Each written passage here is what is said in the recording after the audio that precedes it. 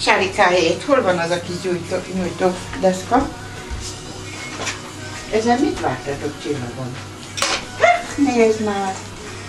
Ezen süteményt vártam. Ugye? Nézd csak, mama megmossa, jó?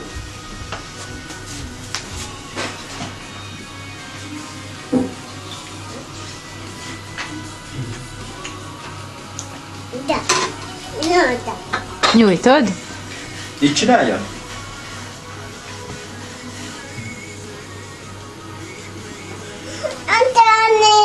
Mamánál van. Tessék.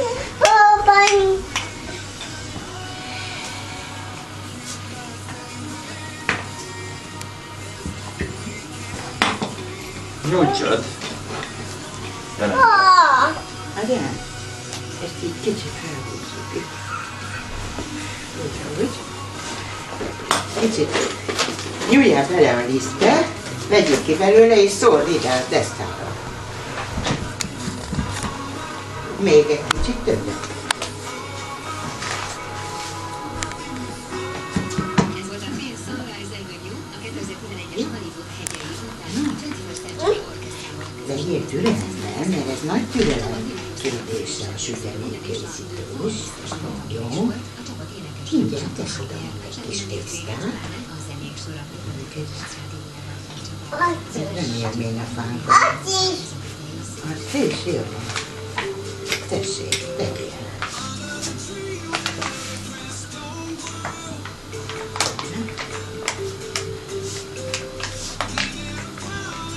Nagyon.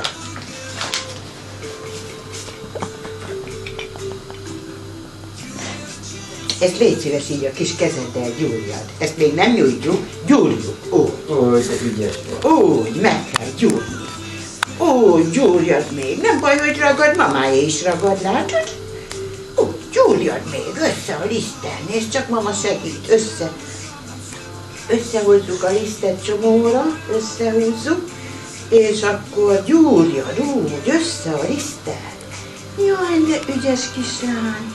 Anya, nézd, hogy gyúrja Sárika kalácsot. Az bizony olyan. Nem baj. Sárika. Megmossam? Nem gyúrod tovább? Jó. Nem tetszik a cukráskodás? Mit csinál? Cukrászos. A keze egyáltalán, hogy a kis keze tésztás, pedig anélkül nem tudjuk elkészíteni ezt a süteményt. Gyere, megmossa mama, és utána elnyújtod, jó? Gyere.